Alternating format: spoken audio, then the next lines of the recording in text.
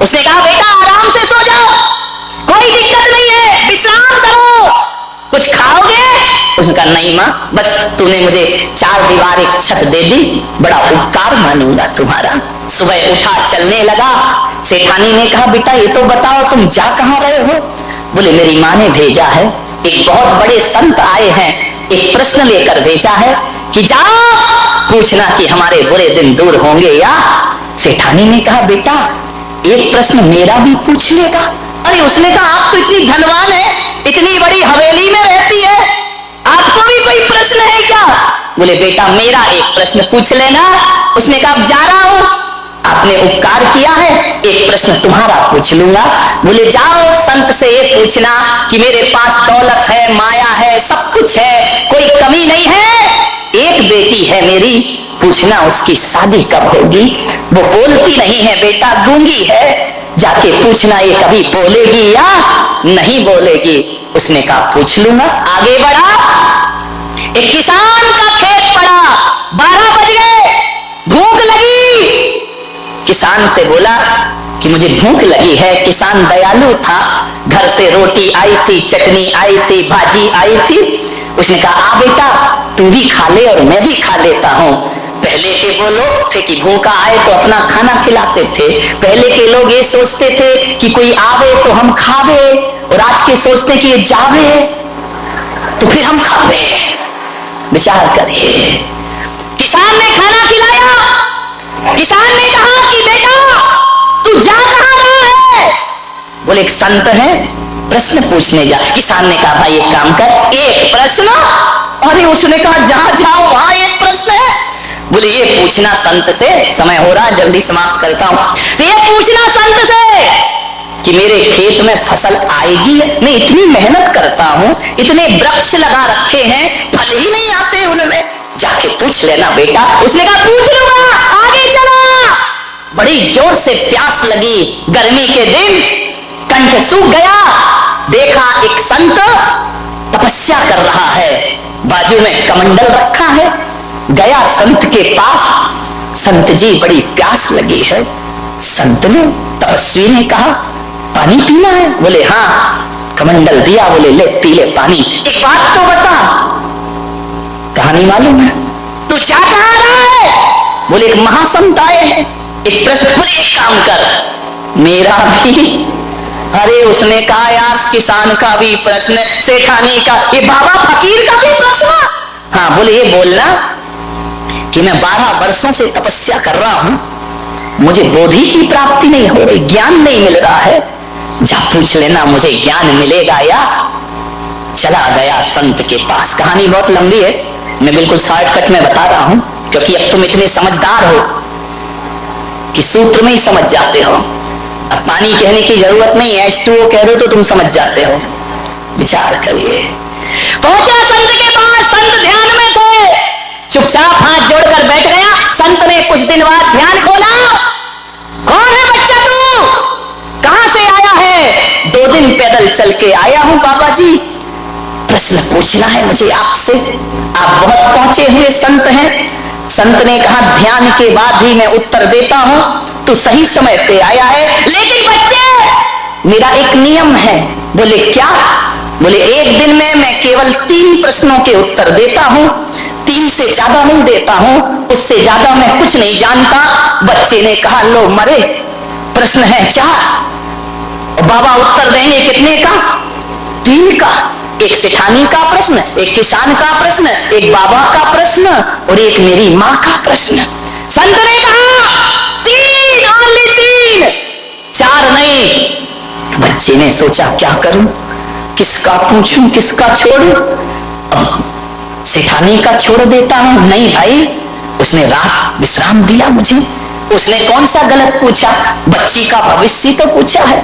ऐसा करो किसान का छोड़ देते हैं।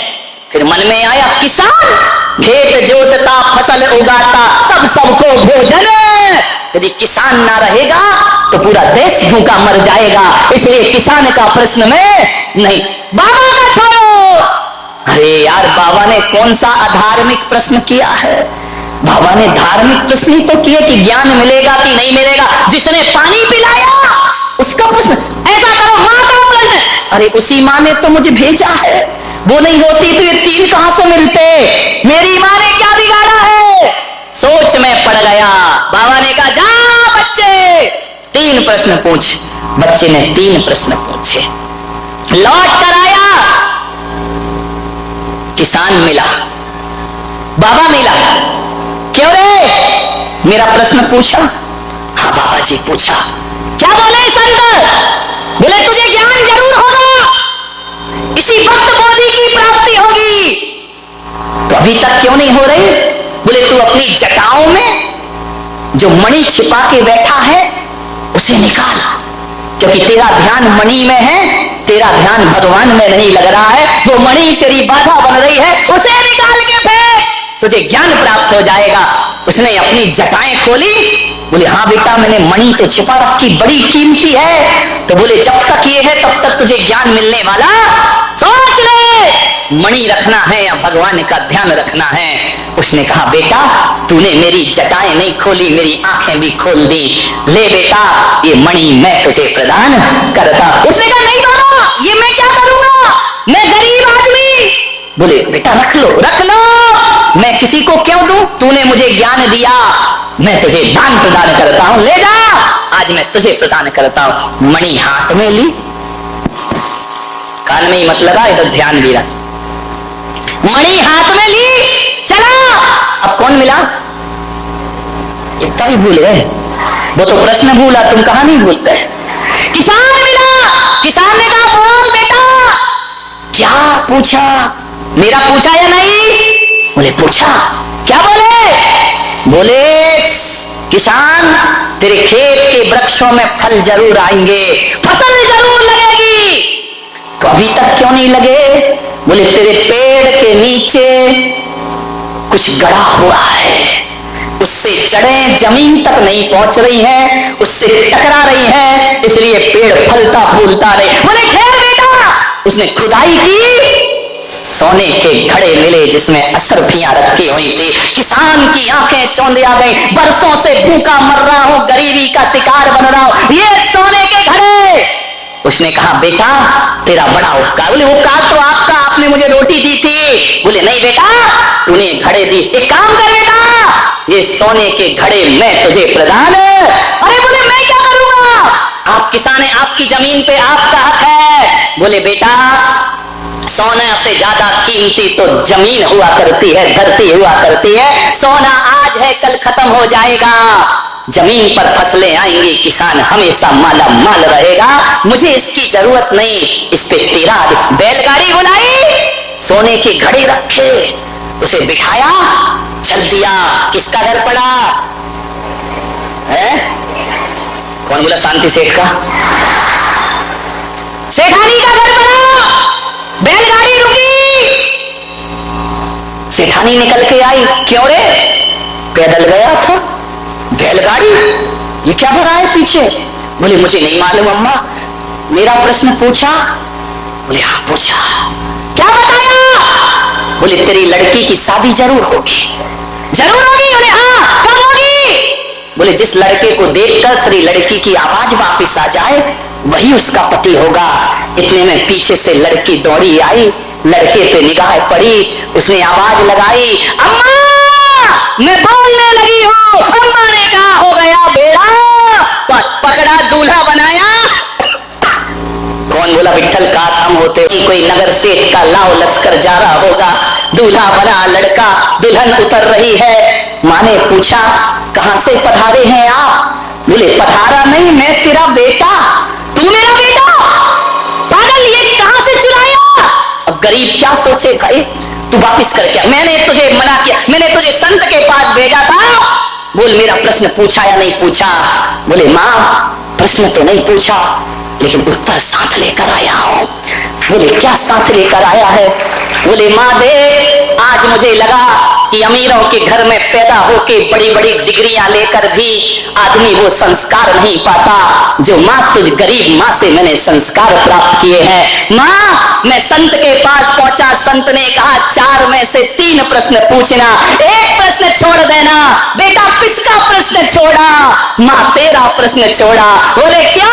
बोले मेरे मन में आया कि अपने लिए तो सब जीते हैं, दूसरों के लिए जीकर देखो जीवन कैसा हुआ करता है। मैंने अपना स्वार्थ छोड़ दिया माँ, और देख माँ तेरा प्रश्न क्या छोड़ा, मैंने अपना स्वार्थ छोड़ा, उसका परिणाम आज ये सब संपदा लेकर तेरे घर में आया हूं माँ। ये जो भी मिला है तेरे प्रश्न ना पूछने से मिला है, ध्यान रखिए। मान्यवर, निजी स्वार्थ छोड़ करके जीने का प्रयास करो। जो मांगने से नहीं मिलता वो लुटाने से प्राप्त हो जाया करता है, ध्यान रखिए। ये भारत की संस्कृति है माँ। यदि तेरा प्रश्न पूछता तो शायद उत्तर ना मिलता, मैं तो उत्तर ही नहीं समाधान भी साथ लेकर आया हूं। ये तेरी बहू है, बहुत धनपति घर की है माँ। आज से फटे पुराने कपड़े छोड़, देख तेरा अनपढ़ गंवार बेटा संस्कारों की संपदा लेकर तेरे दर पे वापिस आया है, ध्यान रखना। सोचना है आपको, कभी आपने निजी स्वार्थ छोड़ा है? कैसी इबादत करते हैं भगवान की, हर जगह अपना स्वार्थ, मैं सुखी, मेरा नाम, मेरी प्रतिष्ठा, मैं ही सब कुछ। नहीं मेरे भाई, ध्यान रखना, जो दूसरों के लिए जीते हैं उन्हें मौत भी पास नहीं आती है।